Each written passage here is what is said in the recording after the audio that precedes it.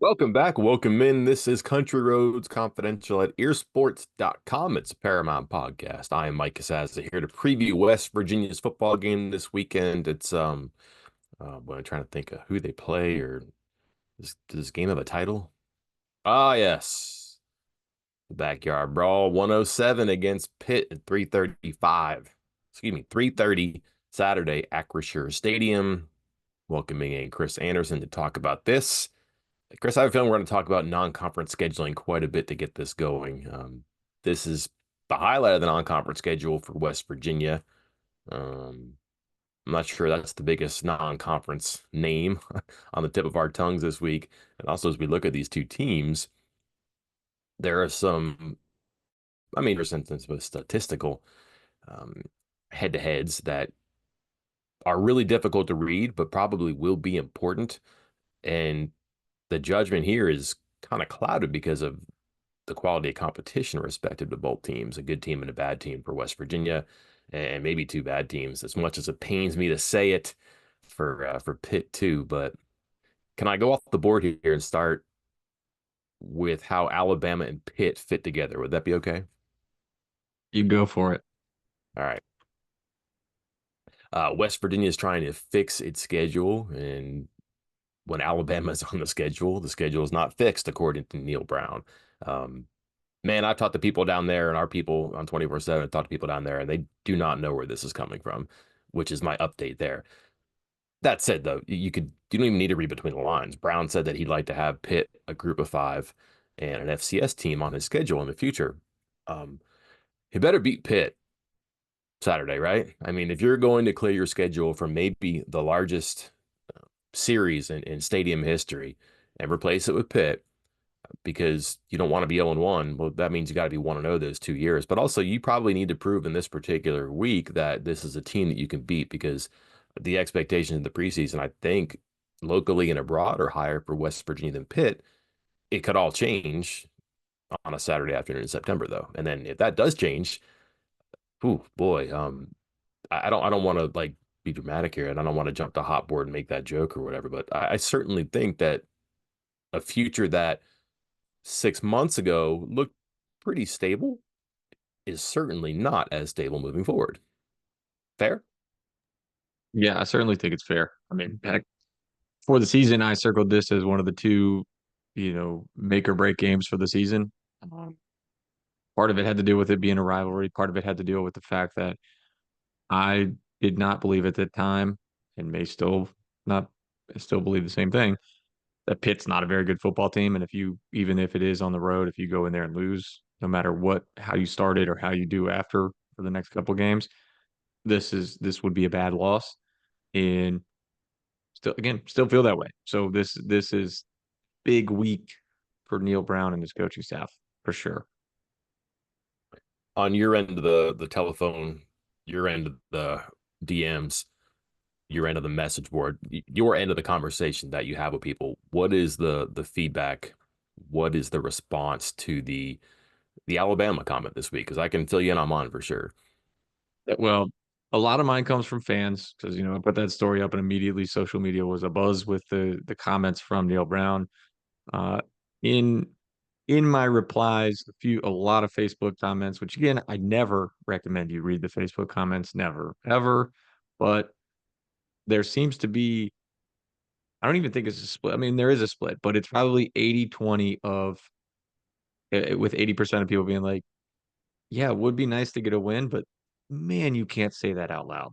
Like, oh man, you can't say that out loud. Like a lot of people being like, hey, wouldn't mind getting Alabama off the schedule, especially with no Nick Saban, but why'd you have to say that? What about you? Yeah, I'm with you on that. Like, I'm never gonna get mad at somebody for saying something. I wasn't mad at Garnett Hollis for saying that Penn State didn't respect opponents. I wasn't mad at Edward Vestarian for saying that he had it out for Penn State based on the way that game ended. We ask athletes to answer questions, and if they're not honest with us, we get mad.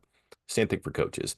I do think you can say that behind closed doors. And again, I'm not even sure how behind closed doors this has been based on what I've gathered from other people. The feedback I've gotten is pretty angry, Chris. Um, I can see where you're coming from there. Maybe I've shielded myself from that a little bit. Maybe I haven't dug down that well. But the people who've reached out to me are just kind of mystified by the mentality. Um, It's not congruous with the past, and the past is supposed to be what they're trying to get to in the future. And if you think about whether it's Oklahoma in the early 80s, Georgia in a bowl game in 2005, time in between, time after, West Virginia's measured itself by playing up and trying to get up in that upper level. And if you deprive yourself of that opportunity, yeah, that's tricky. And then what's so strange to people is that you do this right after the Penn State series, where that's that Friday before the game and that Saturday of the game, where I would say magnificent moments for the exposure for Brown's program, and to say that you don't want that again because you might lose the game. I don't know what that says. Like, do you really want to do this? Like what are who are we talking about here? So, um, and just the reaction to it is that people are just kind of like, like, are we really doing this? Are we really admitting this? Is this a white flag? And is a white flag, Chris, also a red flag about who does what and who thinks, about the potential, the ceiling, so to speak, of a program? Um, those answers are difficult to come up with on our own. They're probably easier to discuss once you have proof in front of you. And I think that leads us to Saturday. We'll see what type of fight and fire this team has, because it wasn't that long ago where Brown said that the team was anxious, nerves, and just was not prepared to play on a big stage. And Chad Scott said this week, this is their second chance to play on a big stage this season. They've got to be better. Not second chance or first impression, but you really don't get this too often before Big 12 play. Two major opponents and major like exposure opportunities like this. West Virginia's kind of accustomed to it. How has that gone in the past, though, playing two Power Fives in the preseason? They can't get this wrong. They just think with what happened this week, with what happened a couple weeks ago, with what is supposed to happen this season. And I think if you look at the schedule, there's an opportunity based on some recent things in the Big 12 to be better off than maybe some people expected late September, early October. And you could really drive into the guardrail if you don't win this one Saturday. Can I, before we get into Pitt, can I take a moment to, I know this will upset at least half of our membership over at the site, but can I take a moment to defend Neil Brown here? Can I do that? Sure. Yeah. Okay. He has had it harder with non-conference scheduling than any coach we've seen at West Virginia. And I don't think it's close. And it's through no fault of his own. All of the games that he's had to play so far were picked and chosen and put on the schedule before he ever arrived, before he ever had the team together. And he's just had to deal with it. And you go back and you look at, again, I'm going to start with Dana just because that was the most recent coach before this. But you're playing like a middling Maryland team. You're playing a middling Missouri team. And I know, I think Neil Brown had what his first game was Missouri, and that team ended up being better. But you just keep going back, and each team is kind of like, yeah, was that tough of a Power Five conference? And it was always like Maryland, a lot of Maryland games in there for Dana, and go back to Rich Rod before that, similar. And it's Maryland, it's schools like that, and it's not Penn State, it's not Alabama, and the difference between the bottom and like the top 25 is say is a certain amount, and then the difference between the top 25 and those top 10 is an even bigger amount. Like it's just exponentially tougher to face these teams, and he just keeps having to go through it over and over and over again, and then he's being compared to these other coaches who never had to go through it. So I understand why you may not want to put yourself through that, but man, you're right. That branding moment, that whole 48 hours leading up to the Penn State game, that was probably the best 48 hours for West Virginia football, despite no football being played during that 48 hour or the 48 hours before kickoff. Probably the best moment for WVU football in over a decade, like since Clemson, since the Orange Bowl. Like, I mean, even that 10-win season with Skylar Howard, I don't think had as much fanfare and everything to go with it as that 48 hours did for WVU football. So Yeah, and you like, don't gotta forget pick and they choose had these. LSU here for game day, and Yeah, that wasn't week one, and it wasn't as big of a deal. Like, that week yeah. one is important. I don't know. I get your point, and I get his point completely, but just tact in location sometimes is really important. Let's get to the actual game, Chris. Here, I want to talk Pitt offense, West Virginia defense here, and we can get into the well actuallys of a lot of this relative to the competition that these teams have faced, but it probably does rise to the top when it comes to offense. And I know this week that when the coaches on West Virginia side were talking about Pitt And in New Pitt, they brought up Texas Tech. Um, I can see that a little bit. I want to give you a different one here.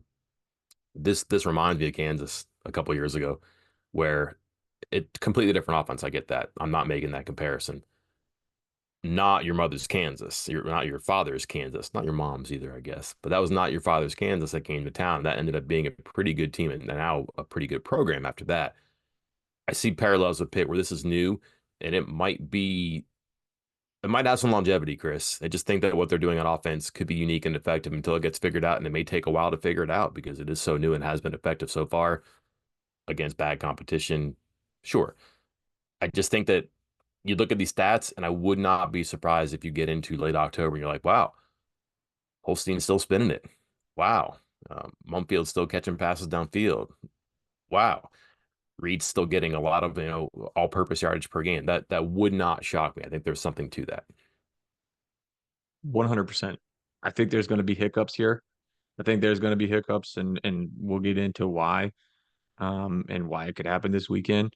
But this is something that seems sustainable, and a big reason for that is the new offensive coordinator, Cade Bell. I mean, this is you talk about guys that how should you hire coaches, whether it's a coordinator or a head coach, and we've done the thing on it. We've done the research on it. Like, do you hire just another Power Five coach? Do you hire a coordinator? Do you hire somebody from the lower ranks? And the statistics from the couple classes that we looked at were overwhelmingly in favor of, hey, hire the guy in the lower division who just Mhm. dominates, who just absolutely dominates. That's what Cade Bell did. Cade Bell, as an offensive coordinator, he set the Division II record for most points in a season. Then he moved up to FCS and took a team at Western Carolina that struggled mightily and turned them into a top two, top three offense in all of FCS for a couple years in a row. So he's had success here. He's had success here. I imagine he's going to have success at the FBS level. Will it come with some hiccups? Yeah. The competition is going to get a lot tougher. And again, we're going to I know, hey, if there are Pitt fans listening to this, they're probably going to get annoyed because we're going to keep bringing it up. But they played Kent State, who went 1-11 last year, and they played Cincinnati and needed a miracle comeback from down 3 touchdowns and a sketchy, sketchy penalty. Did you see that, by the way? Well, I saw it. The the vaunted, by the way, how many times have we seen this already this year? The defensive delay of game after getting stuffed on 3rd and 4, which would have been like 4th and 5 at their own 25-yard line. And instead they get a free first down because of a defensive delay of game. Um, you know, so those are the caveats of, hey, this offense is working. Is West Virginia some juggernaut that's, the Georgia Bulldogs defense that's going to come in here and slow it down? I'm guessing no, but it might lead to a few more hiccups for Pitt and maybe some struggles for these guys that have had it pretty easy so far. But I'm with you. Long term, I think it's sustainable. There's just going to be some hiccups. Yeah. And again, not like the world was lit on fire last week. They got hot for a quarter, quarter and a half. They were down by 21 in the middle of the third quarter. And they got into a groove and they got some breaks for sure. I mean, you don't go to Cincinnati and win, Chris. That's supposed to be a high level Big 12 team this year, some people say. I don't know who that would be. Not Some me. people. I saw that coming for sure. But yeah, I was not surprised to see 27-6. I looked down on 28-27. I was thinking, what happened? How did Cincinnati get 1 point? Nope, they didn't. They didn't get any points the rest of the way, which goes to Pitt's defense a little bit. But they bring with Bell, he brings a running back and a receiver. The receiver, they have other receivers in front of him. The running back, Reed, though, makes some history. First Pitt running back ever with 100 yards rushing and receiving, which seems really cool until you remember that Steve Slayton did it at Pitt once. I believe he went over 200 rushing and receiving. So again, it's a rarity for an opponent or the actual Pitt player. Also really good in the return game too. They're throwing him the ball. That's when I wonder if you can throw a blanket on that sometime soon and it slows down because the way they use the running back is so different right now. I'm not saying you project a kick return every game either. They do like to use him in a bunch of different capacities, and just the way that he runs, not big, but when they get those splits on the offensive line or even at receiver, there's bigger gaps out there. I think if you're West Virginia's defense, yeah, you're curious about a running game that offensive line has, I believe, 4 starters back. They were supposed to maybe step back a little bit without Rodney Hammond, but they haven't missed it so far. we'll see how good the Cincinnati and Kent State defenses are. But Cincinnati's front is usually pretty good. They got Dante Corleone back for that game too, so they were more armed than usual. I just think the splits, if you get outside, the gap's going to be hard to cover. And what is West Virginia, when it's had issues against the run this year, notably in that first game, over pursuing, leaving cutbacks open? You create space, you create more openings for that. And he's like a twitchy, shifty guy who, if he isn't here, his eyes are over there and he cuts back and he finds it. This is a good matchup to watch because if you make them one dimensional, sure, it's easier. They have not been one dimensional so far. Yeah, and Reed, his early success, not surprising, by the way, was at Western Carolina with offensive coordinator Cade Bell last year. So Bell is familiar with him, knows how to utilize him. So that transition has been pretty seamless so far, and I would expect that to continue because yeah, he's found some chunk yardage when he gets outside. And I like you just mentioned, West Virginia is going to have to, especially losing guys on the defensive line here, still trying to break in some of these linebackers, Mhm. better figure out this, their pursuit angles and keeping contained because otherwise he might have another field day. Yeah, it's yeah. I just they're going to have to be good in the box, and then also, I guess let's just get to this. The secondary. Do you never mind performance changes? I think everybody wants to see performance changes. Do you anticipate personnel changes, cornerback, safety, maybe not identities, maybe positions for the players involved? Maybe it's not so much of a personnel thing. Well, it is a personnel thing, but rather than switching guys out, keep guys where they are. I mean, you kind of alluded to it when you talked about wait, why are they moving Aubrey Burks from this spot to another to put in a part-time wide receiver in Rodney Gallagher? Stick a guy somewhere and leave him. I know there's been a lot of this talk about hey, we got 18 starters because there's package starters and sub package starters, and how about just your best players? Just put them out there. They Mhm. just get crazy and put your best 11 and figure it out from there. Because I think all of these sub packages and everything else might be throwing some guys off. You're not getting into a rhythm. You're losing communication. Um, I just rather them say, hey, here are top 15, our 11 starters, maybe one extra linebacker, one extra safety, one extra corner, and a couple extra defensive linemen. Mhm. This is what we're going with. That's it. And then you go from there. Because it's always nice to try to get some guys extra snaps. It's always nice to keep guys fresh. I just don't think West Virginia has 22 guys that are ready to play high caliber Big 12 football right now. They're going to be tested too. I don't think anybody knows about the quarterback right now. A lot of people probably assumed it was going to be Yarnell, who was the incumbent there, but new coordinator, so you have a whole new competition there. Holstein was, depending on your source for this stuff, I'd like to think it's 24/7, but top 10 like pro style quarterback who could run too. I mean, I think like in his final two prep seasons, about 1,000 yards rushing. Um, really just played two full seasons, but I mean, threw the ball, ran the ball. I think in his final two seasons, over 50 touchdowns in the air, maybe 15 touchdowns on the ground. Um, Not saying he's a dual threat, but he can move a little bit. He's not that Texas Tech statue quarterback, but they have like a Texas Tech kind of offense. And then I think you're just going to get this like extra bit of a rub if you come from Alabama's program. I think a lot of people were excited, for example, for TJ Simmons because he came from Alabama. Holstein, though, in two starts has looked pretty good. The accuracy is there. About two-thirds of his passes are on the money and has moved the ball around too, and he's got some targets. Um, Anything about this matchup here in particular, I don't know, one-on-ones, parts of the field that you should keep an eye on, whether you're Pitt or West Virginia. You know, I think I'm concerned if I'm West Virginia because he, in part, reminds me of Drew Aller. And Mhm. again, Drew Aller has his flaws, like obviously based off of what we've seen from him in almost every other game but West Virginia. He does not look, like the best quarterback in the world. Is Mhm. West Virginia? He does. And I think Holstein's got a lot of the same attributes as him, including what you just mentioned, being able to move his feet. Is he a dual threat guy like Garrett Green? Not exactly, but he can move, he can scramble, he can make guys miss and get those yardage when it matters. And that's what Aller did against West Virginia, which really killed him. It was like a lot of backbreaking moments of 3rd and 8, and he's dropping back and up gets 9 yards. Perfect first down. Moving on.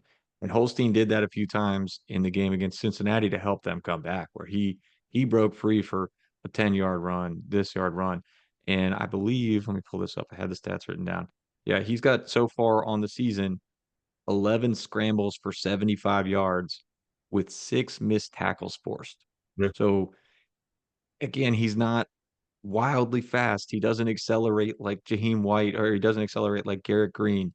He's not incredibly fast like a Pat White, but he's shifty and he finds the right spots. And if he catches that linebacker looking the wrong way, he'll get 7, 8 yards on a 3rd and 6, just like Drew Aller did against West Virginia and their linebackers. And that, wow, that may only come up like 5 times a game. They're going to come up at crucial points, and it really killed West Virginia the first time around. We've talked a lot this week about pressure, whether it's from the defensive line, which will be without Edward Vesterinen, but might also be a little bit punchier when you put someone like TJ Jackson in the starting lineup. You know, the desire, the need for the linebackers to be better, maybe send Aubrey Brooks around the corner. Chris, do you know who leads the nation in turnover-worthy plays by quarterbacks? Oh, is it Eli Eli- Holstein? It is Eli Holstein with 8. And like what I mean, for people who have multiple attempts, like you have some guys who come in and throw a receiver pass and they're 1 for 1, 100% turnover worthy plays. But for like quarterbacks who've taken the qualifying number of snaps, highest percentage, highest number. When he is not pressured, according to Pro Football Focus, pretty good numbers you expect. About 40 for 50, 4 touchdowns, interception, about 10 yards per completion. I get that. When he's under pressure, 50%, 2 touchdowns, 1 interception. When he's blitzed, 50%, 3 touchdowns, 1 interception. So there's a lot of gusto there, but there's a lot of, kind of close your eyes and throw it, I guess. I don't know, maybe a little bit more calculated than that. What's curious to me is when you look at the turnover worthy plays, 6 of them are when he's not blitzed. 5 of them are when he's kept clean. Those are most of his turnover worthy plays, which I don't know that you're going to have to turn up the pressure against him. Maybe you do devote your resources to coverage and make him sit back there. And if he runs, sure, fine. But I think if you heat him up, yeah, the numbers say not great accuracy, but he's also so far prone to mistakes when he's sitting back and trying to pick apart a defense. We'll see what that does for West Virginia and their disguises, their zone, their man. What will they do? They got to pin their corners closer to receivers, obviously, but you could do that in zone. You can do that in half and half coverage. Be an interesting chess game for Jordan Leslie and what he's been up to this week. Anything else on the offense for Pitt here? Matchups in particular? I'm keeping close on that offensive line. Like you said, they had some guys returning, and you look and out of their regulars, at least according to PFF, all 5 starters are below the average mark, like the below, or I guess are just average. They don't hit that 65.0 mark, which indicates above average play. It's kind of hard to have all 5 be under that, especially when you're playing teams like Kent State and Cincinnati. So if there's a time for a quote unquote get right game for this pass rush, maybe this is it. We'll see. Like it's just hard to tell with Pitt's offensive line right now. Yeah, doesn't throw a lot of screens, so he doesn't get rid of the ball quick, but doesn't go deep very often either. So watch the middle of the field, those short to intermediate throws, and again, can they get home in time, or do they try to flood the zones? And I noticed a bunch of times this week, players and coaches talked about the drop coverages by the linebackers. You got to get to your spots better. You got to be in position quicker, and that just seems to be the sweet spot for this. Let's flip sides of the ball, Chris. West Virginia's offense, Pitt's defense. While there is a different look on the Pitt offense, this does seem to be more of the same for Pitt's defense. You're going to see a lot of games and spinning and twisting and stunting up front with the linebacker, sometimes dropping down to help out the defensive line in that game, but the defensive line does a lot of stuff on their own. Secondary is kind of suspect. We can talk about that a little bit and hasn't seen, world beaters in the passing game. There's certainly opportunities here for West Virginia, but Pitt has been stout against the run against them for a couple of years. The unknown here, Chris, is that they just haven't seen Garrett Green. JT Daniels played in 2022, and Green saw 6 snaps last year. Got a watered down offense with Nico Marchio last year. They're going to see a bit of a new West Virginia. I would guess they can certainly study film, but as far as what they've done against West Virginia the past 2 years, doesn't really apply. No, absolutely not. And the secondary, I'm glad you brought it up. Again, it can West Virginia exploit that? I'm not sure. We'll find out on Saturday. But they 3 of their top 5 players, like guys with snaps in the secondary, rank as their three worst players on the defense according to PFF, and well low, like 55 and lower on the grading scale. Um, looking at this right here, Rashad Battle, their starting cornerback, he's allowed 14 catches already this season. Can 14 we for stop? 19. Can we stop there? He Yeah, had a go. rough game last time. He was targeted 12 times and gave up 9 catches.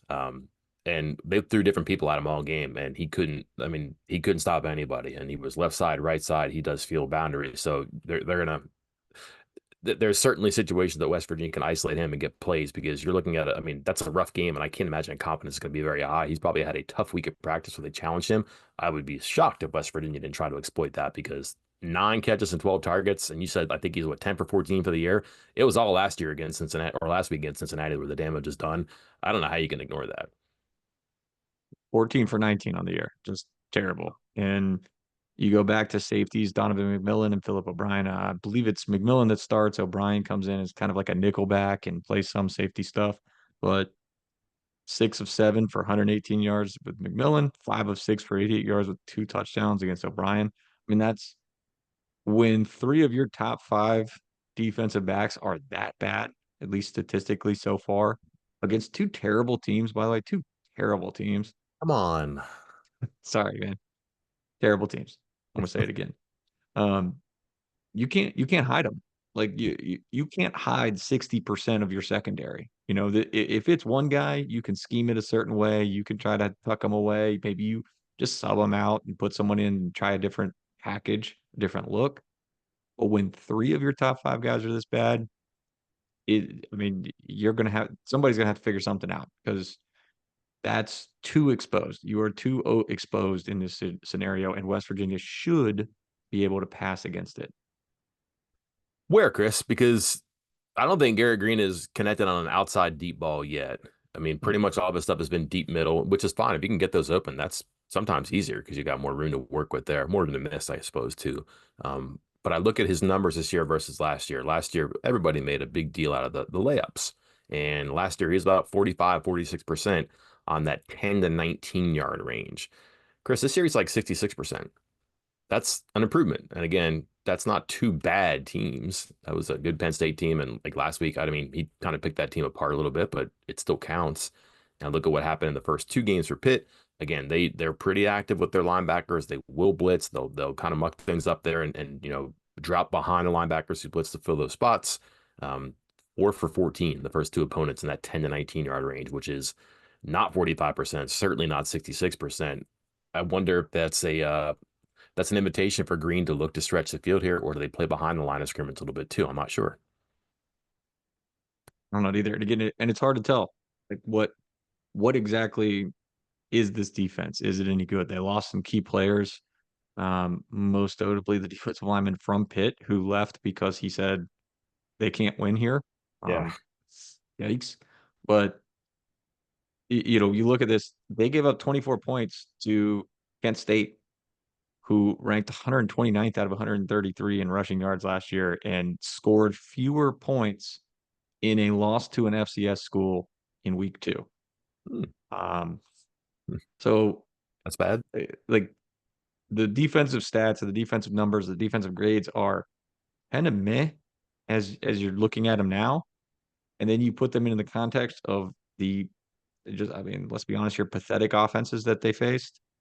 Like, I mean, well, Cincinnati might be okay. I'm actually kind of a fan of Sorsby, the quarterback at Cincinnati. Sorry, I'm trying to make you feel better, Mike. Lander. But, um, but as much as I kind of think Sorsby might be a pretty decent option at quarterback, that was the most passing yards he's ever had against an FBS school, Yeah. ever. Um, he's only had one season as a starter, most of a season as a starter, but like that's not good. I mean, he went was it 298 with 3 touchdowns, no interceptions for Mhm. Cincinnati. So this is a defense that seems exploitable right now. They But do I'm pressure. with you because where is Green going to pass it? I think it's a great question because I don't know. I don't have an answer to that because even looking at his stats last game where he was 17 of 23, those 6, you're like, man, that's what is that 75%? Holy Mhm. cow, that's great. Except like receivers were wide open, wide open. Kudos to the receivers for getting wide open. Also, caveat of playing FCS school. But on the six misses, I went back and was watching some of them, and I think I concluded that like three of those six were very clearly wide open receivers that Green just missed by a lot. One or maybe two others were kind of close. Like he probably could have should have made that throw, but it was close. And then one was just good defense. But it I'm still not sure he's there yet. So I don't think he's going to be standing back there picking guys apart. By the way, do you know who Kent State's quarterback is? I do. We saw him, right? Yep. Saw him at camp. Devin Cargman, long hair, big arm, liked him a lot. Ended up at Kent State and did not have a great day. What I'd like here, Chris, to look at, and I don't know if this is a trend because these offenses perhaps are not as good at it. It certainly is something that West Virginia wants to do, and the concern would be that maybe so too did Cincinnati and Indiana, and Pitt's just good against it. Play action pass. You work hard to get successful play action passes, and I think West Virginia would tell you, run the ball, establish the run, make the team opposite you worried about the run. And then when they think it's a run because they're worried about the run because you've been running it with success, you drop back and play fake and go deep or go in the middle or do something that is going to take advantage of all the attention and the apprehension going toward the run. First two games, opponents are 11 for 25 on play action against Pitt's defense. That's not good. You're looking at probably like 70s, 80 because you're supposed to have openings because you've tricked the defense with your play action. Not happening so far. Is that coverage? Well, we just talked about how the secondary hasn't been great. Is that intermediate range? That could be a good explanation. Perhaps those quick openings when you get open and you get your head up and you're looking for your tight end or a quarterback, excuse me, a receiver slanting or posting in the middle. Maybe it's not there because they cover it, but I can't see West Virginia succeeding without some play action, which means they have to run the ball to be successful. We haven't even talked about that. That's going to be a big part of their game, but that seems to be something that they'd like to do. And no one's been able to do that so far against Pitt. And I understand the two teams running the ball, Chris. Again, just take what you want out of the first two games, except that Cincinnati loves to run the ball, was pretty effective with it last year. Results were, I mean, they lost the game, so probably not where they wanted to be, especially when you consider that they're up by three touchdowns in the second half and they couldn't run the ball to win the game. Is that Pitt? Is that Cincinnati? We'll see. We'll know probably more on Saturday night. Obviously, it starts with the ground game at West Virginia, which last week had the added element of not just C.J. Donaldson and Garrett Green, Shaheem White going for 100 yards, but Garrett Green was running, fleeing, scrambling, which he did 0 times against Penn State. That could not stand. It did not last. He was much more active. And again, maybe he's a better passer by extension because he's more active in the running game. Where do you start with a run game here, and where does West Virginia look to exploit? Because this is where they build their offense. It's always going to be better when you have all three options. Period. End of story. Like there's no discussion about it. It's not about changing anything. It's when you have three options that can run the ball, it's better because it makes the defense think. It makes the defense worry. Makes them go, oh, what if the guy's getting the ball this time? What if this guy's running? What if Green's running this time? You have to have the options. You have to have at least two of those three guys on the field. You have to have two of those three guys capable of running at any time. And you're right, Cincinnati, they ended up blowing that game, but yeah, they ran the ball. Corey Kiner, their running back, 20 carries for 150 yards, 149 yards. He had no issues, and it wasn't like he just broke off like 180 yarder and then kind of plotted around after that. Like his long was 28 yards. He was getting chunks, chunk, chunk, chunk, chunk, chunk. I think West Virginia again can do the same. We'll see. Pitt, I think Pitt, as far as Narduzzi goes, what's Yates, right? Bates, the defensive coordinator. They've done a good job. I just think they've lost too much talent to departures that we've already talked about, and that is a defense that they should be able. West Virginia should be able to run against. All right, Chris, the time has arrived here. Not predictions, but we're going to predict who or what we're talking about at the end of the game. This one kicks off again, 3:30 on ESPN2. I don't know, 7:30. Maybe we're talking afterwards. Maybe I'll be home in time to do the Monday podcast. Not a fan of this road trip. Um, but hey, fill us in, give us a preview. What do you think looms large at the outcome here? I just mentioned, I think I feel confident that West Virginia's offense can do things. One way or another, I think we're talking about the linebackers on Saturday evening. And the reason for that is in the passing game, they're going to have to defend Reed. Like he's going to be a threat out of the backfield. They're going to have to find him. They're also going to have to find Holstein as the quarterback. We've already talked about it. Trey Lathan specifically really struggled, like just kind of turning his head Like he just kind of once he turns like this, for those that are watching, the quarterback sees that and he knows he can run. And Lathan did that a couple times against Penn State, and Aller ate him up over it. He can't do that, and neither can any other linebacker. So I think it's going to be important for them to kind of contain the quarterback scrambles and stop these short middle passes, especially these release valve passes to the running back. So, and then of course they're going to be involved in the run game with Reed being a threat in the run game as well. So all around, I think I cover all of my bases by taking the linebacker and saying we're going to be talking about them. Okay. This strikes me as a coach's game. It's going to be the offense coordinator for Pitt, the defensive coordinator for West Virginia. The defensive coordinator for West Virginia has been under siege this week. Obviously, there's been some changes, Chris. We can talk about that offline, maybe even behind the paywall. And then obviously, can Neil Brown, can he get his team ready for this game? That means a lot to not just him, but his team and the people.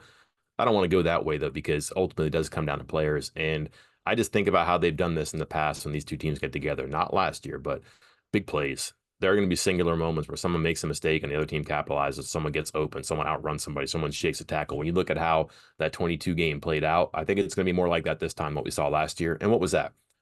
That's an interception return for a touchdown when a guy can't catch it. That's a check down to a running back with like 6 or 7 broken tackles. That's a blocked punt by a true freshman who ends up running it in from the touchdown on the next play. That's CJ Donaldson I'm talking about there, doing big things on a big stage there. These teams are going to be close because of the rivalry nature of it. They're probably not that separate when it comes to quality too, but it's early. That's why. And they'll distinguish themselves a little bit here, but you're going to see that gap created and exploited, I think, by big plays, by offense and defense, whether that's being opportune or being mistake prone. Don't know how we avoid that. We'll see who's right, who's wrong on Saturday night when we catch up. Me from Acrisure Stadium, Chris from the home office in Richmond with that fancy display behind him. Until then, I'm Mike Casazza. I'm Chris Anderson. We will talk to you then.